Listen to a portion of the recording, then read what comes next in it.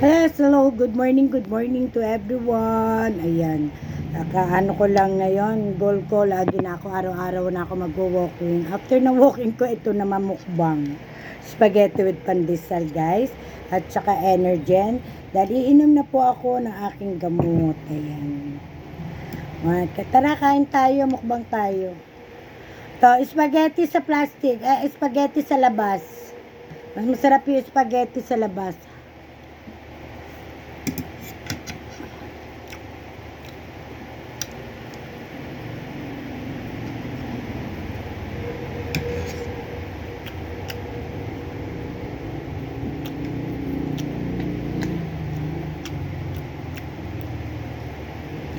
Kain po tayo para after nito makainom na po rin ako ng gamot dahil dami kong gamot na iinom.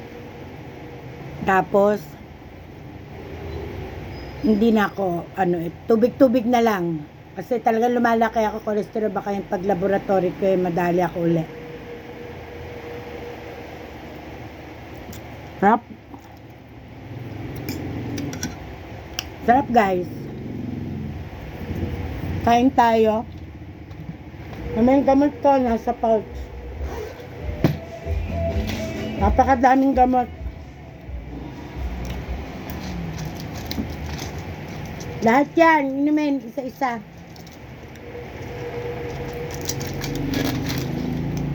Kaya, hindi pwedeng walang kain. Bihira na nga tayo kumain, lumalaki pa rin tayo. Iba rin pa rin pala pag hindi ka kumikilos.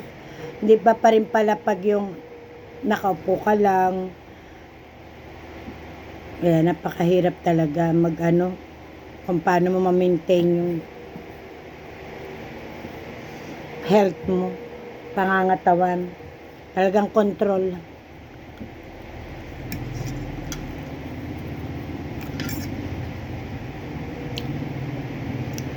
Unti-unti na lang. Ang tataka ko pa, unti-unti yung kain ko, lalo ako lumalaki. Dapat ibuhos ko na isa sa umaga. After nyan, hindi na ako kakain. Tubig-tubig na lang.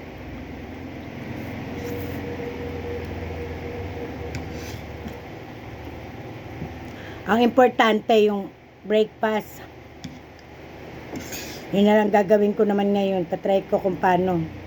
Lumalaki ako, guys. Di ko alam bakit. Baka sa tulog. Sa dami ng iniinom ng gamot ko, siyempre inaantok-antok ka rin. Lalo na pag nakainom pa ako ng para sa anti-allergic, antihistamine, yun lalo. Kaya lagi ako masandal, tulog. Yun dun siguro ako lumalaki. Hindi naman sa kain kasi, dahil yung kain ko pa isa-isa lang eh.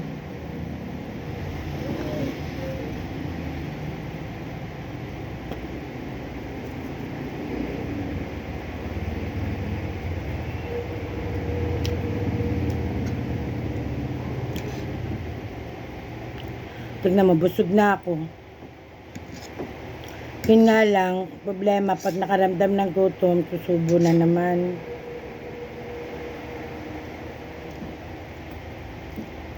Kaya ngayon, isahin ko na lang. Tapos tubig na lang hanggang gabi. Bukas na, tapos almusal na naman, heavy breakfast na naman. Try ko po yung ganun.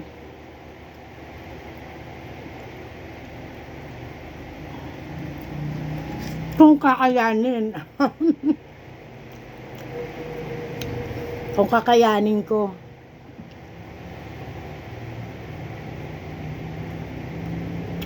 Kain tayo, guys. Tara.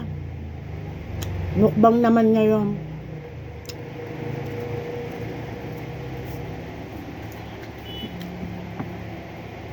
Sarap ng pandesal kapag mainit. Kapag lumamig na, matigas pa sa bato.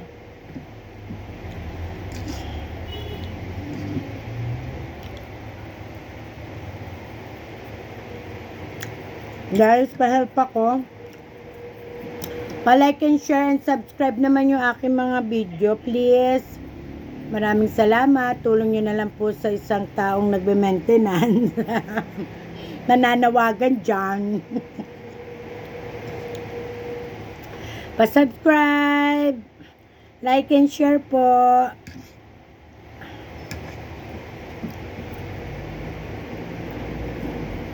Maawa na kayo sa matandang nananawagan. Napapansin ko kasi mga nag-aano lang, nagbablog. Kung sino yung magaganda, yun lang nila-like nyo. Help din. Joke. Okay lang yan. Kung malay mo, swertehin, di ba?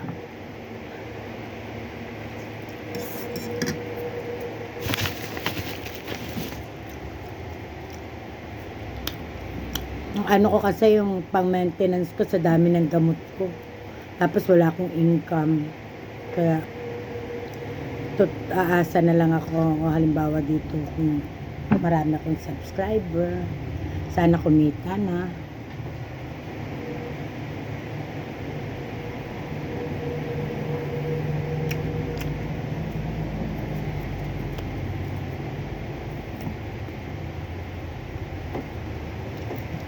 Thank you na rin sa mga nag-subscribe na, mga ilan lang. Sana kahit naman 100 umabot. Parang pagka tumapak na ng 100 subscriber, parang sarap na rin sa isipin mo, ay tuloy-tuloy na to, tuloy-tuloy, di ba no? Pero pag nandiyan ka pa lang sa 10, 20, wala pa.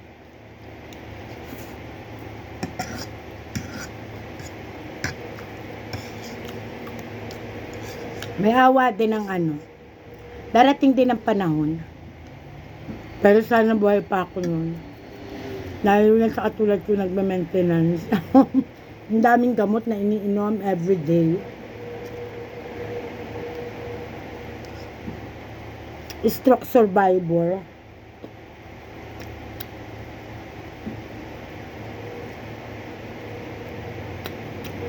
Hirap mag-stroke, kaya kayo, ingat po kayo.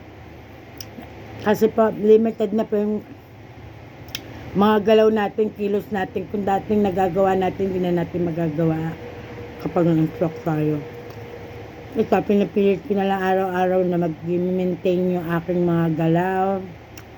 Paglakad ko, hindi pa po fully recover. Yun na lang po ang pinagdadasal ko. Dinadalahin ko sa poong may kapal na maging regular na yung lakad ko, yung mga kilos ko, ganun. Darating din ang panahon. Alam kong darating din. Wag lang tayo magtamad-tamad. Kailangan sisipag din natin sa sarili rin natin. Sarili rin natin ang kikilos para tayo ay puli gumaling. Ganun. Parang basog na ako, guys.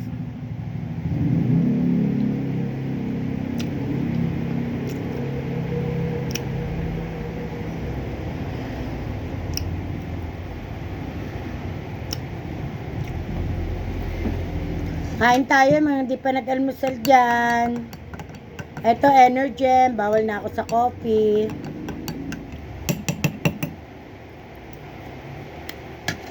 Dami ng bawal, guys. Sabi ko nga sa inyo, pag na-stroke kayo, ang dami ng limited. Kaya mag-ingat na kayo. Habang di pa magpa-check up. Kung dapat inumin na maintenance, inumin nyo. Huwag nyo itigil.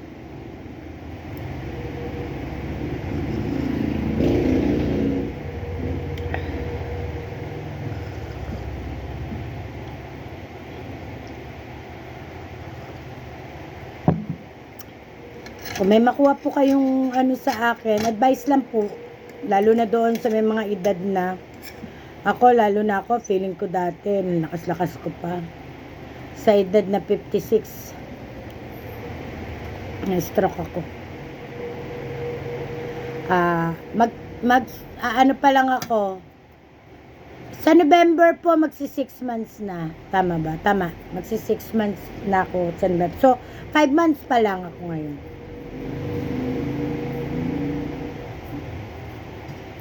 Five months pa lang ako stroke survivor.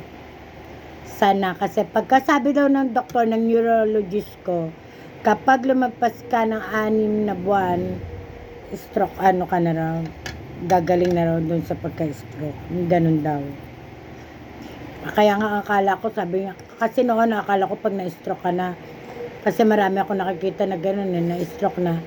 Nakaka-recover ka naman, pero hindi fully. Ang mga galaw mo, ano pa rin. Kasi marami ako nakitang gano'n taon na hirap pa rin sila maglakad, hirap pa rin kumilos.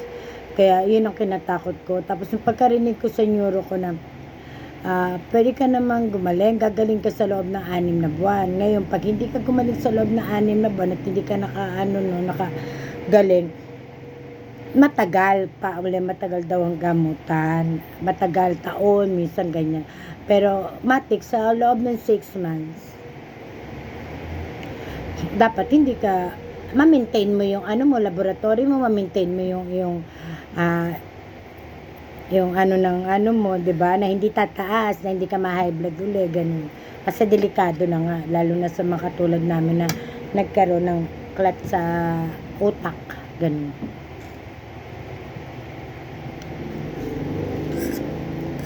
May naramdaman na kasi ako, hindi ako agad nagpa-combine, kasalanan ko yun. Sinabihan na ako, nagpa-combine ka, hindi ako nagpa-combine, umuwi pa ako ng bahay, ayun. Natuluyan ako ng stroke. Kasi unang atake ko, nagmanhid lang, tapos bumalik naman. Yung huli na yung pangatlo, yun, doon ako na ICU. Na, yun, hanggang sa namatay yung kaliwa. Kung naagapan ko yun sa unang atake o pangalawang atake na ano ko kaagad, hindi sana ako magkakaganito. Kaya minsan nasa atin po sa katigasan ng ulo natin, pabaya, yan. Kaya pag may naramdaman kayo, pag-check up kayo agad. Punta agad sa hospital.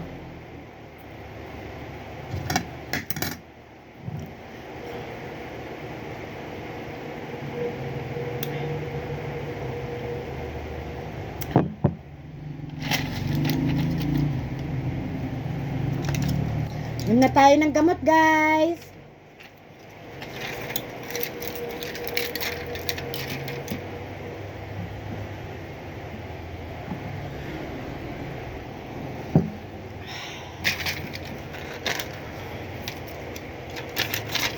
Dami kong gamot sa maghapon.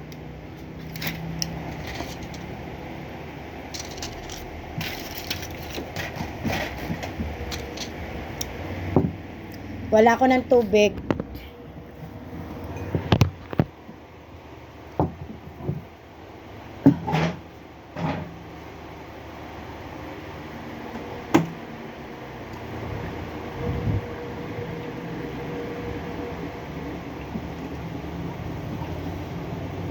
Isa pa, talagang lumaki rin ako dahil nga siguro, 'di ba limited nga siguro, sabi ko sa inyo yung paglakad ko, hindi pa fully ano, meron pa akong konting itong aking kanan, hindi pa ganun kalakas.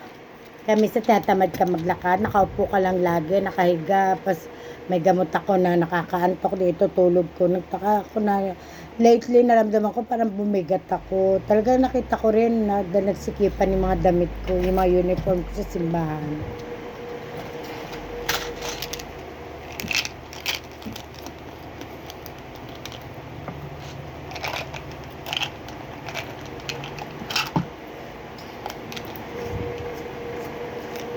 Daming gamot, sari-saring gamot.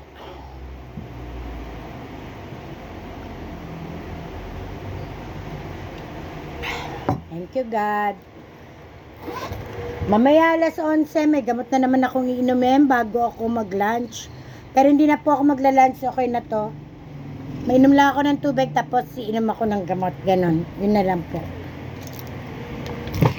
Basta importante, marami ako makain ng almusal. Wala, ang laki ko na, delikado, baka may tumaas ang kolesterol, mas mahirap na. So again guys, thank you so much sa lahat. Baka po pwede, makikiusap po ako, pa-like, share, and subscribe naman po ang aking video. At maraming salamat po. Sana po sa araw nito ay pagpalain tayong lahat. God bless everyone. Magandang umaga po. Bye!